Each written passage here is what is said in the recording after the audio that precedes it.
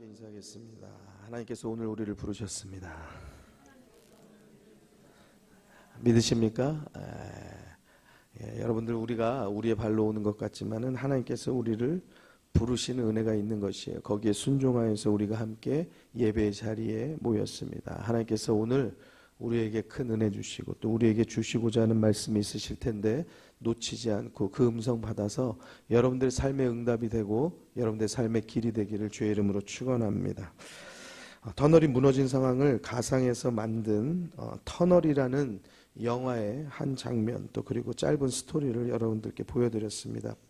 우리가 운전하다 보면은 터널, 다리를 많이 지나게 되는데요. 우리나라의 터널과 다리가 몇 개나 될까요? 22년 말을 기준으로 통계해 보면은요, 우리나라 터널은 3,720개라고 합니다.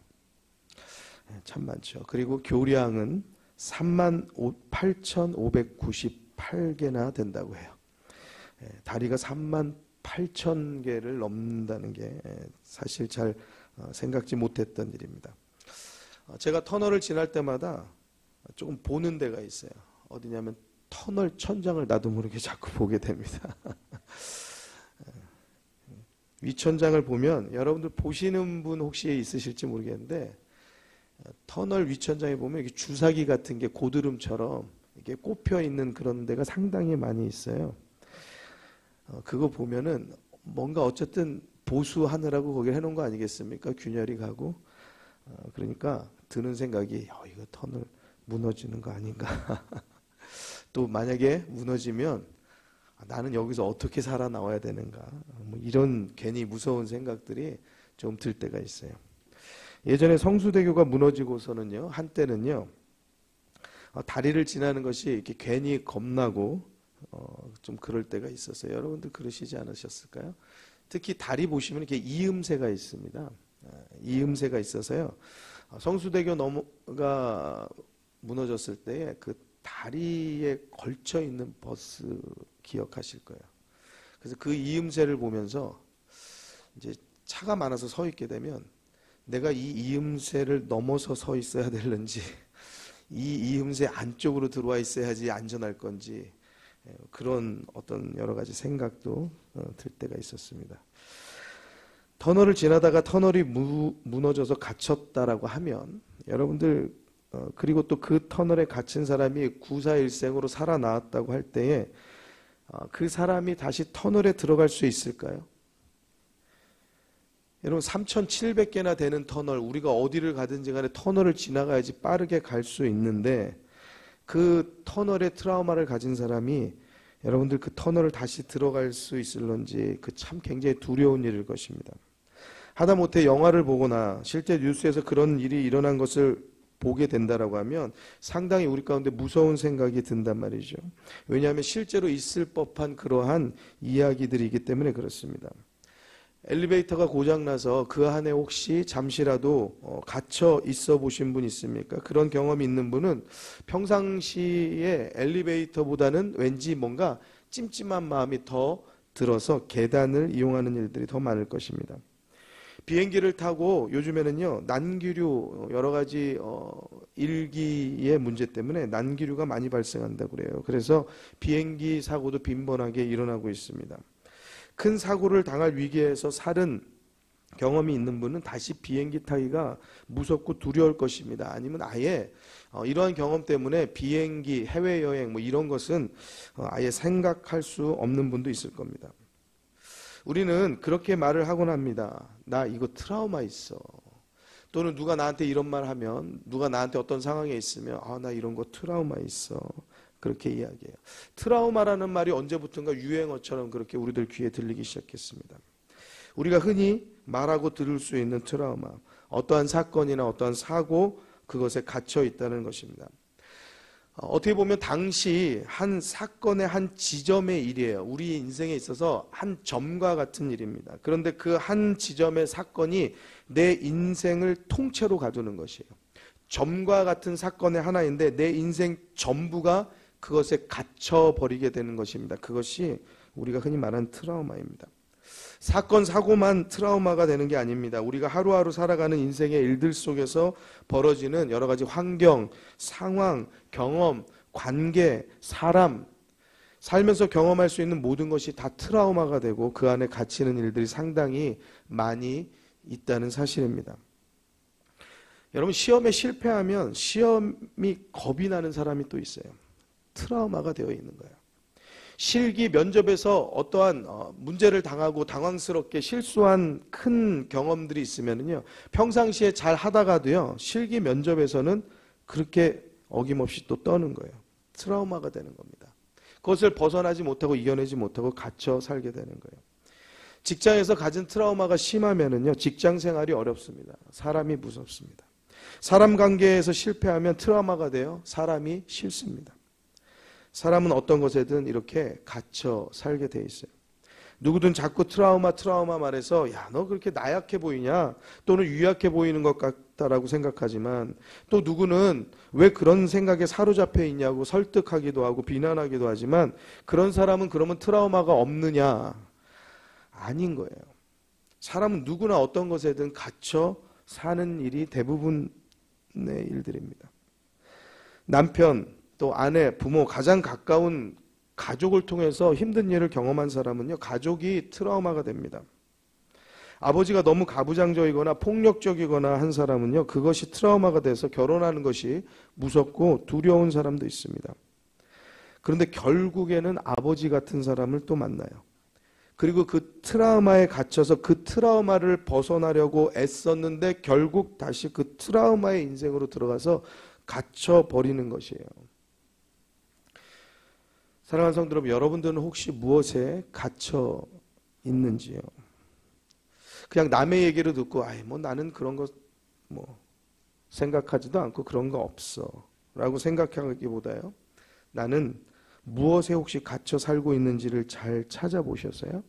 그 모든 갇힘에서 자유하게 되는 은혜가 있게 되시기를 주의 이름으로 축원합니다. 축원합니다.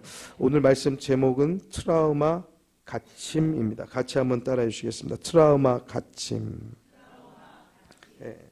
지난주 말씀은 어떤 틀에 갇히셨습니까? 였습니다. 사람은 보고 듣는 것에 갇히게 된다고 말씀을 나누었어요. 그래서 보는 것에 주의해야 하고요, 듣는 것에 주의해야 한다고 말씀을 나누었습니다. 귀가 두 개인 이유가 있다라고 말씀드렸어요. 왜 그렇죠? 귀담아 들어야 된다라고 했어요. 귀담아 들어야 하는 이유가 있기 때문에 귀가 두 개이다라고 말씀드렸어요. 그리고 또 귀가 두 개인 이유가 있다고 했습니다. 한 귀로 듣고 한 귀로 흘러보내야 되는 이유도 있다고 말씀드렸어요. 그러니까 우리들은 귀담아 들어야 할 것은 두 귀로 귀담아서 듣고, 또 우리가 흘러보내고 잊어야 될 것은 한 귀로 듣고 생각지 말아야 되는데, 우리는 반대로 사는 게 문제예요.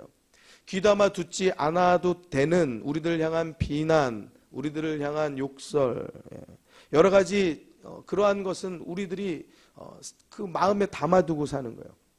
그리고 한 귀로 듣고 한 귀로 흘러보내야 되는 것은 담아두고, 또 우리들이 담아두어야 될 것은 흘러버리고 산다라는 사실이에요. 그것이 여러분들 우리의 인생을요, 굉장히 힘겹고 고달프게 만든다는 사실을 여러분들 기억하시기 바랍니다. 사울은 왕입니다. 왕임에도 불구하고 사울은 천천히요, 다윗은 만만이라는 여인들의 환호소리, 그 외침, 그 한마디가요, 그 귀에 탁 걸렸어요. 그리고 그것이 그 가슴에 탁 배겼습니다. 그리고 나서 그때부터 다윗을 죽이기로 작정하여서요, 다윗을 쫓아다니는 인생, 10년의 인생, 평생의 인생을 그 다윗 죽이는데, 다윗 쫓아다니는데 허비합니다. 그리고 결국에는 스스로 자살에 죽는 일까지 도달하게 됩니다. 우리가 대단한 것을 이루고 사는 것 같지만 듣고 기억하는 것, 또 듣고 흘려버리는 것, 이거 하나도 내게 유익하게 컨트롤하지 못하는 게 사실 우리라는 말이에요. 사랑하는 성도 여러분, 무슨 일이든지 하나님의 은혜가 필요한 것을 믿으시기 바랍니다. 내 힘으로 내 능력으로 되지 않더라고요. 잊어버리고 싶은데 잊어버려지지가 않으니까 잠을 못 자는 거예요. 기억하고 싶은데 기억되지 않으니까 그 좋은 것들을 다시 기초로 삼고 양분으로 삼지 못하는 것입니다. 한번 같이 우리 저를 따라해 주시기 바랍니다. 하나님, 잊을 것은 잊고 기억할 것은 기억하게 해 주옵소서. 다시 한번 하나님, 세상 것은 잊고 하나님의 은혜는 기억하게 해 주옵소서. 하나님의 이런 은혜가 있게 되길 주의 이름으로 축원합니다. 여러분, 이것만 우리들에게 잘 되어져도요, 여러분들이 가지고 있는 모든 걱정, 근심, 염려, 스트레스는요 아마 80%는 날아갈 거예요. 여러분, 그런데 이것 하나도 내 마음대로 되어지지 않는 거예요. 우리가 여러 가지 돈을 구하고 잘 되기를 구하고 형통을 구하지만, 여러분, 우리가 이런 기도의 제목을 놓고 기도해 보지는 않으셨죠. 여러분, 우리들이 아주 정말 간단한 것 같고 아무것도 아닌 것 같지만, 우리의 인생에 있어서 정말 중요한 것은, 우리가 정말 소망하고 우리가 기도해야 될 것은 돈과 성공이 아니고, 하나님, 나의 삶을 이끌어 인도하여 주시기를 구하는 기도가 되어야 할 줄로 믿습니다. 세상의 틀에 보고 듣는 것에 갇히지 말고 하나님의 말씀에 갇힌 성도가 되어서 하나님의 은혜를 누리는 성도가 다 되시기를 주의 이름으로 축원합니다. 축원합니다. 앞서서 트라우마에 대해서 말씀을 잠시 드렸습니다. 저는 이 갇힘에 대해서 어떤 사건, 사고, 이것보다도 좀 더 폭넓은 의미로 말씀을 같이 나누려고 해요. 왜냐, 결국 트라우마는 우리의 목표하고 소망하는 어떤 인생의 그 방향의 길에서 우리의 발목을 잡는 일이 되어지는 것이에요. 그리고 우리의 생각을 가둬버리는 아주 독소적인 역할을 하고 있는 것이에요. 다시 말해서 우리의 갇힘은 어떤 사건, 사고, 트라우마여서 그것을 하기 꺼리는 것만이 아니고, 우리의 삶, 우리의 환경, 우리의 모든 것에 있어서 우리를 가다두고 우리를 한계짓게 하는 것들이 많다라는 것이에요. 다윗은 목동입니다. 다윗의 눈에 보이는 것은 무엇이 있겠습니까? 푸른 초원, 양, 들판, 시냇가, 그것들이 눈에 보이는 것일 거예요. 다윗의 귀에 들리는 것은 무엇이겠습니까? 양의 소리, 새 소리, 짐승 소리, 시냇물 소리, 이런 것일 것이에요. 왜냐? 양을 목양하느라고 들판을 다니고 시냇물을 찾아다녔을 테니까 말이에요. 그는 그 안에서 자유롭기도 하지만, 누가 그를 갇혔다라고 말할 수 없겠지만요, 목동 이상의 어떠한 것을 생각할 수 없는 것, 그것이 또한 갇힘이고 그것이 한계점이라는 것이에요. 그의 생각은 온통 어디로 양을 풀을 먹이러 갈 것인가, 어떻게 하면 양을 잘 돌볼 것인가, 어떻게 하면 다른 못된 짐승이 양을 움켜가는 일이 없을 것인가, 그것이 온통 그의 하루의 생각일 것이에요. 그것이 한계입니다. 그것이 다윗을 가둔 틀이라는 거예요. 그것을 트라우마다라고, 어떤 상처의 일이 아니고 사건 사고의 일이 아니기 때문에 그렇게 볼 수 있는 것은 아니지만, 갇혀 있다라는 의미에 있어서는요, 다윗 또한 그 한계에 갇혀 있는 사람이라는 거예요. 그런데 여기에 말도 안 되는 다윗의 장래가 펼쳐집니다. 다윗이 왕이 됩니다. 어떻게 이런 일이 가능할 수 있습니까? 다윗은 하나님을 온전히 믿는 자였기 때문에 가능하였습니다. 같이 한번 따라해 주시겠습니다. 다윗은 하나님을 온전히 믿었기 때문에 가능했습니다. 할렐루야. 여러분, 성경의 말씀이 살아있는 것을 믿으시기 바랍니다. 그렇다면 다윗과 같이 우리도 하나님을 온전히 믿고 신뢰하면 여러분들의 장래가 바뀌어지게 되는 것을 믿으시기 바랍니다. 여러분들의 자녀의 삶, 자녀의 길, 자녀의 미래가 바뀌어질 것을 믿으시기 바랍니다. 그래서 자녀들은 교회 안에서 말씀 먹고 자라야 합니다. 여러분, 우리들의 자녀들을 돼지와 같이 기르지 마시기 바랍니다. 밥 먹고 크는 거 아닙니다. 밥 먹고 자라는 거 아닙니다. 여러분, 사람은요, 무슨 생각을 하느냐에 따라서 그 가치관이 결정되고, 어떤 가치관을 가지고 있느냐에 따라서 그 인생의 길이 바뀌어지는 것이에요. 우리 자녀들의 길이, 그 인생이 한계점 없이 하나님께서 이끄시는 그 꿈의 일들을 이루어 가려고 하면, 교회 안에서 말씀을 먹이는 성도 되기를 주의 이름으로 축원합니다. 말씀으로 길러내는 부모 되기를 주의 이름으로 축원합니다. 어떤 틀에서도 벗어날 수 있는 힘은 오직 믿음입니다. 다윗은 하나님을 믿었고, 하나님을 모욕하는 골리앗을 가만둘 수 없었고, 그 소리를 견딜 수 없었고, 결국 아무도 나서지 않는 골리앗과의 싸움에 다윗이 나가서 골리앗을 쓰러뜨리고 그 목을 벤 사건이 그 인생에서 일어난 것이에요. 그가 틀에 갇혔으면 그런 일을 할 수도 없고 그런 기회를 잡을 수도 없고 또 굳이 그런 일을 하지도 않았을 것이에요. 목동이 왜 전쟁터에 나가서 전쟁에 참여합니까? 전쟁에 참관합니까? 거기에 신경 씁니까? 이 위험한 지경에서 얼른 벗어나서 다시 나는 양치러 가야 되겠다라고 생각하는 게 모든 사람들의 생각 아니겠습니까?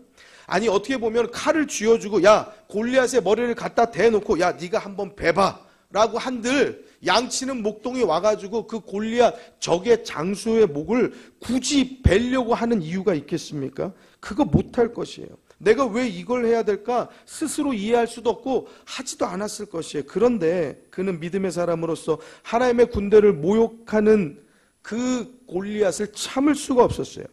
그 장수가 얼마나 힘이 있던 능력이 있던 장수든 뭐든 내 백은 하나님인데 내가 못할 것이 무엇이냐라는 믿음 가지고 자신의 한계를 넘어선 것이에요. 할렐루야. 여러분들을 막는 것이 무엇입니까?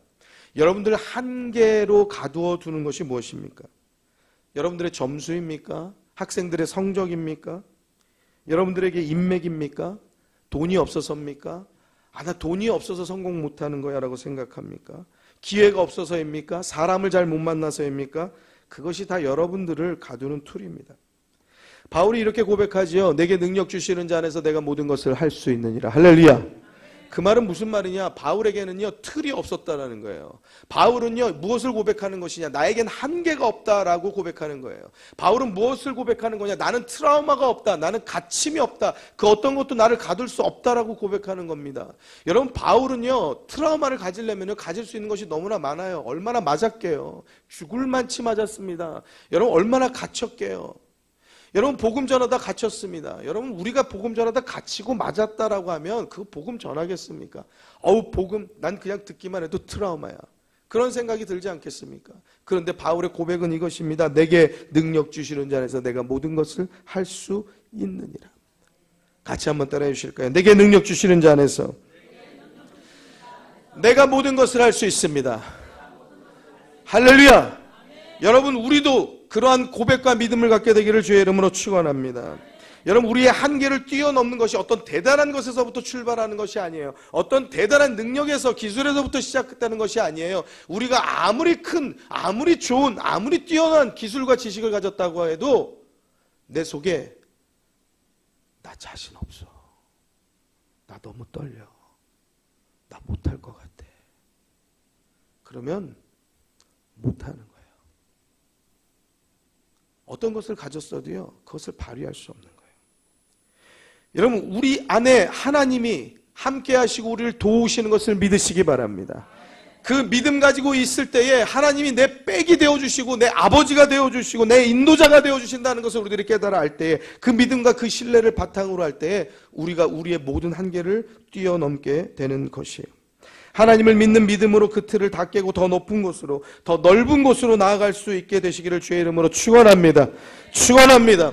여러분들의 아버지가 만약에 농부라고 하면은요 소를 다루고 쟁기질을 하고 어느 시기에 농작물을 심어야 하고 물을 대야 하고 잡초를 뽑아야 하고 과실을 걷어야 하는지 여러분들이 눈으로 보고 들을 거예요. 여러분들 그것을 공부하지 않아도 듣고 보는 것으로 지식이 쌓일 겁니다. 그리고 그러한 이야기를 늘 듣고 볼 것이에요. 그러한 모든 농사 일정과 과정을 보면서 여러분들은 어떤 꿈을 꾸고 어떠한 꿈을 꾸느냐? 우리 아버지보다 더 큰 밭을 일구고 더 큰 농작물을 수확할 수 있도록 더 큰 농부가 돼야지라고 그렇게 꿈을 꾸실 거예요. 여러분 그것이 꿈이라고 생각할 수도 있겠지만 그 사람이요 꼭 농부만 돼야 됩니까? 아니 다른 거 할 수 있는 것이 얼마나 많습니까? 그런데 그가 보고 듣는 것 그것 때문에 그 안에 갇혀 사는 거예요. 여러분들의 아버지가 엔지니어라고 하면 관련 기계를 눈으로 볼 것입니다. 그런 기술적인 이야기를 귀로 들어볼 것입니다. 다른 사람은 한 번도 들어본 적이 없는 많은 이야기를 우리가 듣게 될 것이에요. 관련 기술책이 그 집 책장에 많을 것이에요. TV를 보아도 관련된 상식, 관련된 기술, 관련된 다큐, 관련된 뉴스 이러한 이야기에 관한 동향들에 대해서 더 관심 있게 보고 또 그것을 그 옆에서 같이 보게 될 것입니다. 다른 사람보다도 기술 계통에 많은 간접 경험을 하게 될 것이에요. 그가 꿈꿀 겁니다. 아니면 다른 많은 일을 하려고 해보다가도 자기가 어떤 일들에 잘 되어지지 않으면은 결국에 아버지가 하시던 그 일들, 그것으로 자기도 모르게 다시 돌아오게 될 겁니다. 왜 그렇습니까? 갇혀 있어서 그래요. 여러분들, 아버지가 의사이면 집이 의학 관련된 책으로 가득할 것입니다. 아빠의 친구들, 누구는 또 다 내과 의사고, 누구는 외과 의사고, 누구는 이비인후과 의사고, 아버지의 친구 누구는 치과 의사고. 그래서 내가 어릴 때 아버지 친구 그 병원 가가지고 거기 가서 이빨했고, 거기 가서 이빨 뽑았고, 거기 가서 충치 치료했고, 그런 이야기들 할 거예요. 누구는 어디 큰 병원 의사고, 그가 보는 모든 사람들은 아버지의 친구, 또 아버지에 관계된 사람들은 다 의사 세계 속에 살 거예요. 의사니까 와, 의사들 많이 알아서 좋겠다, 좋은 것 같이 생각할지 모르겠지만 그게 한계라는 거예요. 여러분, 의사 집안의 아들은 의사만 돼야 됩니까? 떡볶이집 하면 안 됩니까? 내가 하고 싶은 거 할 수 있잖아요. 근데 어떻습니까? 그 부모도 한계를 지어주죠. 그 갇힌 틀 안에서 너는 살라고 이야기하죠. 여러분, 의사하면 행복한 겁니까? 떡볶이집 하면 행복하지 않습니까? 다른 건 안 됩니까? 여러분, 이 땅 가운데 얼마나 많은 직업들이 많고, 그리고 그것 가운데서 보람을 찾는 사람들이 많고, 얼마나 그 가운데서 행복을 찾을 수 있는 사람도 많이 있는데, 꼭 무엇을 해야지만 그것이 답이라고 누가 단정지어서 말할 수 있습니까? 근데 부모의 직업이 자녀의 일들과 같이 연관되어지는 것은 그 한계, 그 틀 가운데 갇혀져 있는 것을 부인할 수 없다는 것이에요. 오늘 창세기 45장에 나오는 인물은 요셉입니다. 요셉은 여러분들이 잘 아시다시피 형제들의 미움을 받습니다. 미움을 받는 게 그냥 미움을 받는 정도가 아니고요, 저거 죽여야겠다라는 정도의 그러한 큰 위험의 문제까지 도달하게 됩니다. 형들은요, 요셉을 죽이려고 구덩이에 넣어버립니다. 그때예요, 정말 그 형제들이 이 요셉을 죽이려고 했는데 르우벤이 말리죠. 야, 죽이지는 말자. 그래서 생명을 건지고요, 미디안 상인들에 의해서 노예로 팔려갑니다. 그리고 아버지에게 가서는 짐승이 물어 죽였습니다. 그래서 요셉의 옷에다가 피를 묻혀서요, 아버지에게 보여주어서 아들이 죽었음을 고합니다. 그리고 요셉은 애굽으로 팔려갑니다. 또 그곳에서 억울한 누명을 쓰고 감옥에 갇히게 되죠. 그 요셉이 이제 하나님의 은혜로 바로의 꿈을 해석하면서 애굽의 총리가 되어져요. 사랑하는 성도 여러분, 요셉의 인생은 되는 것이 하나도 없는 인생이었어요. 그렇잖아요. 오죽하면 형제들에게 미움을 받되 죽기까지 미움을 당하는 사람이 어디 있어요? 구덩이에 갇힘을 당하기까지 미움을 당하는 일이 어디 있습니까? 아니, 노예로 팔아버리는 그러한 형제들이 어디 있습니까?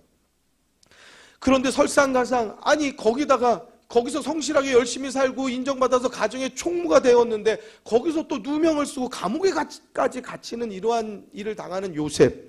여러분, 요셉의 인생은요, 정말 너무너무 무참하고요, 안 돼도 그렇게 안 되는 인생이 없을 수가 없어요. 그런데 여러분, 희한하게 요셉은 대애굽 제국의 총리가 돼요. 요셉이 만약에 형제들 사이에 있었으면은요, 요셉이 가지고 꿈꿀 수 있는 것은요, 그 집안에 가지고 있는 가업, 그 가업을 이어받는 것, 그 가업과 관련된 것, 그거 외에는 꿈꿀 수 있는 것이 없었을 것이에요. 더군다나 지금같이 어떤 미디어가 발달된 세상이 아닌 그 당시에 눈에 보이는 것만 보고 눈에 들리는 것만, 귀에 들리는 것만 들어야 되는 그때의 말이에요. 근데 그 인생이 안 되는 것 같은데 그 요셉이 그 안 되는 가운데서도 하나님만 의지하니까요, 하나님만 신뢰하니까요, 하나님만 붙드니까요, 하나님께서 지혜를 주시고 왕의 꿈을 해석할 수 있도록 힘을 주시고 능력을 주시니까요, 한순간에 죄수가 애굽을 다스리는 총리가 되더란 말입니다. 할렐루야, 할렐루야. 여러분, 우리들의 인생에 있어서 우리들의 지식과 우리들의 힘으로 무엇을 할 수 있는 것 같지만, 여러분들 그것 가지고 할 수 있다라고 그렇게 생각했던 우리들이 과연 그것을 이루고 살아갈까요? 그렇지 않죠. 여러분들의 자녀도 마찬가지입니다. 그들이 꿈꾸는 것 그대로 살아가지 못합니다. 사랑하는 성도 여러분, 그 꿈을 넘어설 수 있으려고 하면 하나님을 신뢰하십시오. 하나님을 붙잡으십시오. 하나님께 맡기십시오. 그 믿음이 그들의 삶, 그들의 장래를 바꾸어 내는 것을 믿으시기 바랍니다. 우리들에게 각자에게 갖춰져 있는 틀이 있습니다. 각자에게 갖춰져 있는 갇힘이 있습니다. 인생에 갇힘이 있어요. 그런데 그 갇힘을 갇힘을 뚫고 그 한계를 뚫고 나올 수 있는 것은 믿음의 사람이 뚫고 나오는 것입니다. 여러분, 애굽의 총리가 되어진 때에 요셉이 바로의 꿈을 해석하고 해몽한 것 같이 그 애굽 땅에 큰 풍년이 찾아왔습니다. 풍년을 누리면서 먹고 마시고 즐기는 것이 아니고 모든 곡식을 많은 것을 저장해 놨어요. 그리고 나서 그 꿈의 해몽대로 흉년이 들었습니다. 온 지면에 기근이 있어서요, 모든 창고를 열어서 애굽만이 이 기근 가운데, 흉년 가운데 이 모든 것을 대비할 수 있는 나라였어요. 각국 모든 백성들이요 다 굶어 죽는 이 와중에 애굽으로요 먹을 것을 구하러 온 사람들이 있었는데 그들이 바로 요셉의 형제들이었어요. 요셉의 형제들이 이 애굽으로 먹을 것 구하러, 먹을 것 얻기 위해서, 곡식을 구하기 위해서 이 애굽 땅을 찾아옵니다. 그리고 이곳에 와서 요셉과 대면하게 돼요. 누구를 만났습니까? 형제를 만났어요. 정말 오랫동안 어릴 때 떠났던 그 고향, 어릴 때 떠났던 그 형제들의 품에서 지금 이제는 장성한 청년이 되어서 총리가 되어서 그 형제들과 대면하였어요. 누가 대면하였습니까? 철천지 왼수하고 대면했어요. 아마 이런 표현이 이때는 딱 맞지 않을까요? 원수는 외나무 다리에서 만난다더니. 요셉과 그 형제들이 대면하여 보았는데, 여러분, 이 당대에 왕의 얼굴을 함부로 고개 들어서 볼 수가 있었겠습니까? 형들은 그 요셉을 누구인지 알아볼 수가 없어요. 그리고 팔아버린 요셉이 노예로 어디 가서 죽었는지 살았는지 알지도 못하는 그 요셉이 이 대애굽 제국의 총리라고는 꿈도 꿀 수 없는 것이죠. 여러 가지 많은 이슈와 우여곡절 끝에 결국에는 이제 요셉이 그 형들에게 자신이 당신들이 팔아넘긴 동생임을 알립니다. 그것이 창세기 45장 3절에서 5절 오늘 본문의 말씀입니다. 여러분들 한번 같이 성경을 펼치셔서요, 창세기 45장 3절에서 5절의 말씀을 통하여서 우리가 한번 요셉의 하는 이야기를 좀 눈으로 분명하게 보았으면 좋겠습니다. 제 생각에 요셉은요, 이 원수들을 만났어요. 이 자기를 팔아넘긴 형제들을 만났어요. 이들 때문에요, 내가 인생에 정말 생각지도 못한 많은 고생, 억울함, 갇힘, 이러한 것들에서 살았습니다. 내 인생이 완전히 망가졌거든요. 여러분, 그런데 그 요셉이 뭐라고 말하는 줄 아세요? 자, 3절, 4절, 5절 함께 읽도록 합니다. 읽겠습니다. 요셉이 그 형들에게 이르되 나는 요셉이라 내 아버지께서 아직 살아 계시니까 형들이 그 앞에서 놀라서 능히 대답하지 못하는지라. 요셉이 형들에게 이르되 내게로 가까이 오소서. 그들이 가까이 가니 가로되 나는 당신들의 아우 요셉이니 당신들이 애굽의 판자라. 당신들이 나를 이곳에 팔았으므로 근심하지 마소서, 한탄하지 마소서. 하나님이 생명을 구원하시려고 나를 당신들 앞서 보내셨나이다. 아멘. 저 같으면 못할 것 같아요. 여러분은 어떻습니까? 나를 팔아넘긴 형들, 내가 큰 권세와 권력을 가지고 다시 대면하여서 보았는데 이들을 용서할 수 있습니까? 요셉은 뭐라고 말합니까? 내가 당신들이 팔아넘긴 동생 요셉이다 얘기해요. 그러면서 아버지가 살아계십니까? 말합니다. 형들이 놀라서 말을 못했다는 거예요. 얼마나 두려웠겠습니까? 그들의 생각은요, 우리는 죽었다. 그 생각 외에는 없었을 것이에요. 요셉도 그 생각을 알겠죠. 5절에 이렇게 말하죠. 당신들이 나를 이곳에 팔았으므로 근심하지 마십시오. 한탄하지 마십시오. 하나님이 생명을 구원하시려고 나를 당신들 앞서 보내셨나이다. 같이 한번 우리 5절의 말씀을 한 번 더 읽겠습니다. 읽겠습니다. 당신들이 나를 이곳에 팔았으므로 근심하지 마소서, 한탄하지 마소서. 하나님이 생명을 구원하시려고 나를 당신들 앞서 보내셨나이다. 아멘. 요셉이 원수 갚으겠다라는 그 틀 안에 갇혔으면요, 그 증오심과 그 복수심에 갇혔으면은요, 그 노예 생활하면서요 칼을 갈았을 거예요. 마음에 칼을 갈았을 거예요. 내 이 고생하는 거, 나를 팔아넘긴 그 형들 때문이다. 그래도 내가 나를 살려주자라고 말했던 그 루벤 형, 그 형만 빼고는 다 죽여버릴 거야. 막 이런 생각을 그 마음에 품지 않았겠습니까? 억울한 가운데 감옥에 들어가선 아주 더 큰 칼을 갈지 않았겠습니까?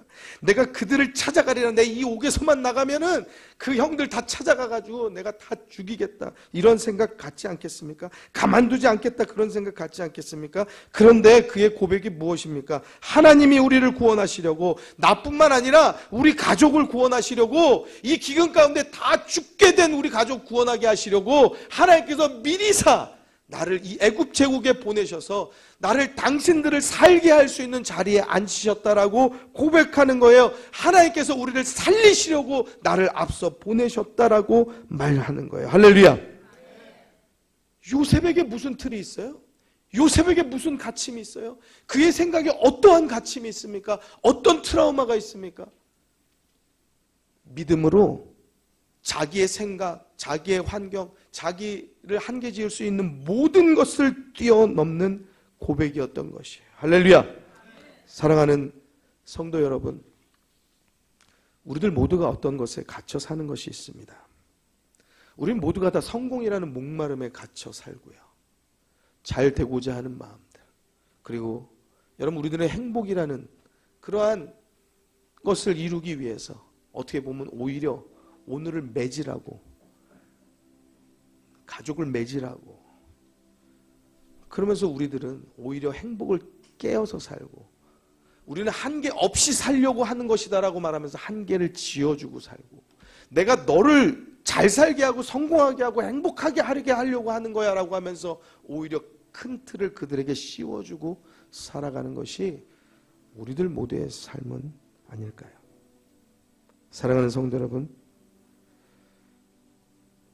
사울이 다윗을 10년을 쫓아다녔어요.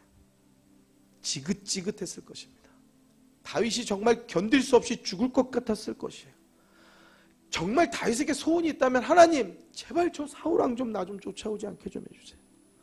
제가 사울왕에 뭘 어떻게 했다고 저렇게 나를 쫓아오는지 모르겠습니다. 그게 가장 큰 기도의 소원 아니겠습니까?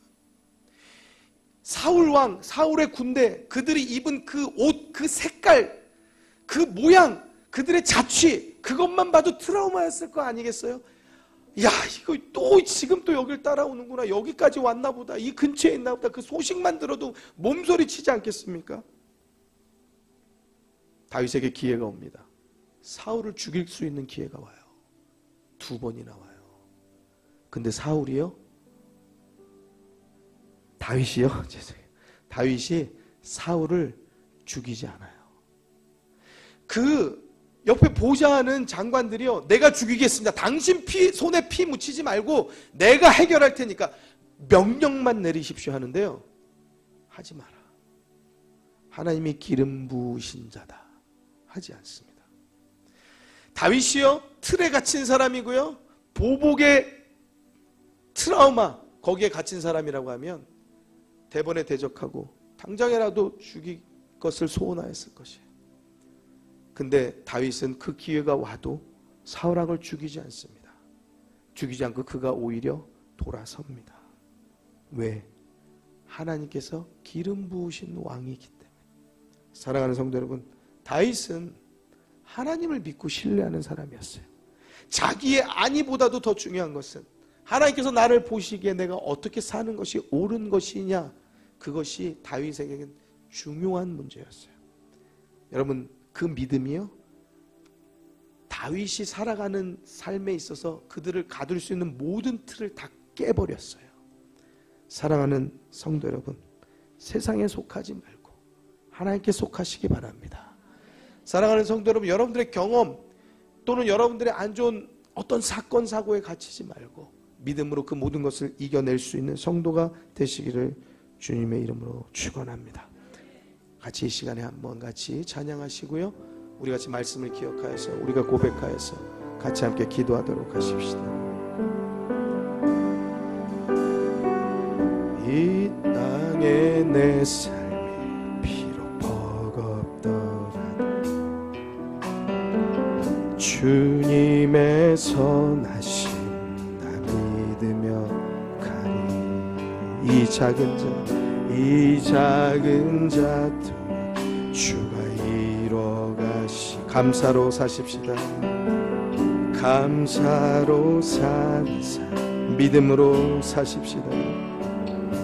우리 두 손 들어서 내 삶은 시간 속에 주 일하시네. 내 모든 여정 속에 함께 하시네.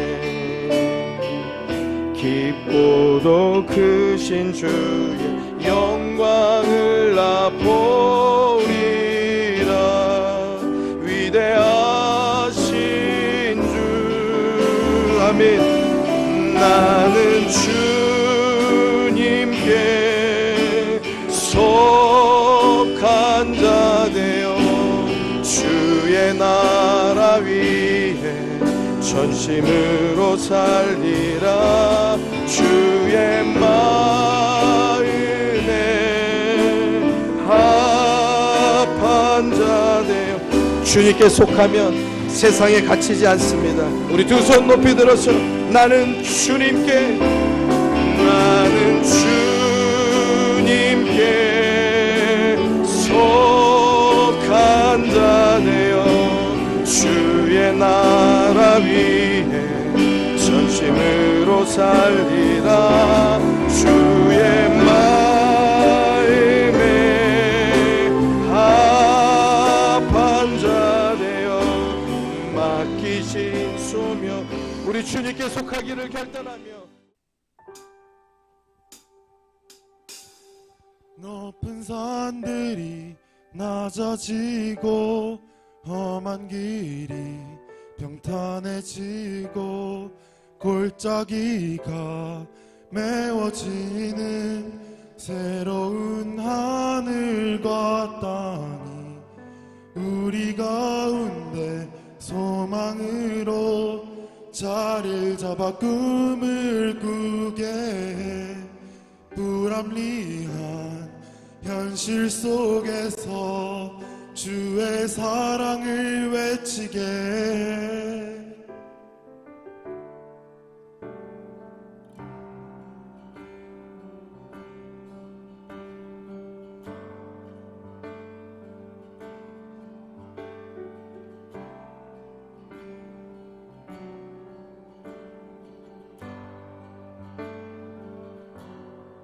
높은 산들이 낮아지고 험한 길이 평탄해지고 골짜기가 메워지는 새로운 하늘과 땅이 우리 가운데 소망으로 자리를 잡아 꿈을 꾸게 해.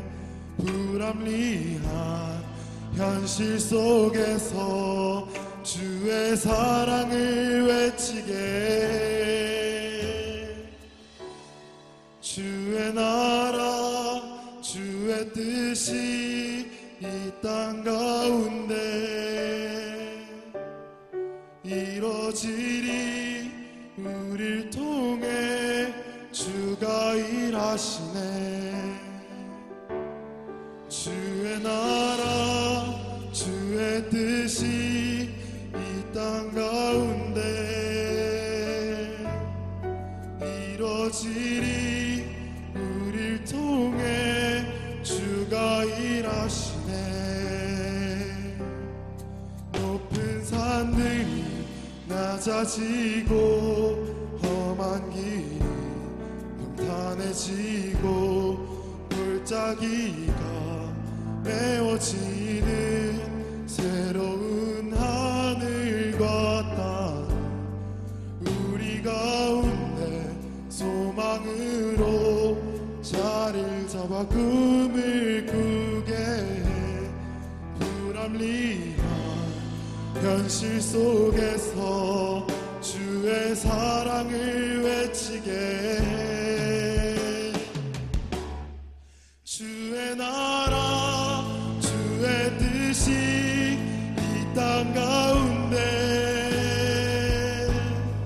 이뤄지리. 우릴 통해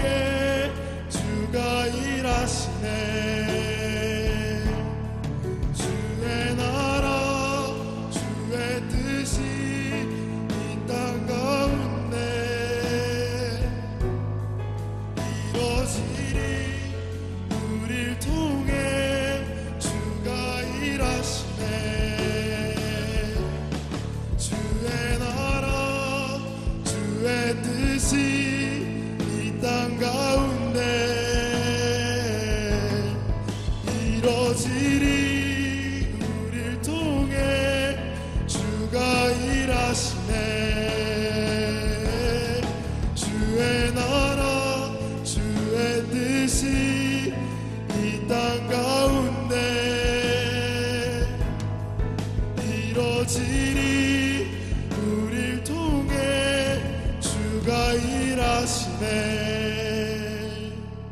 주의 나라 주의 뜻이 이 땅 가운데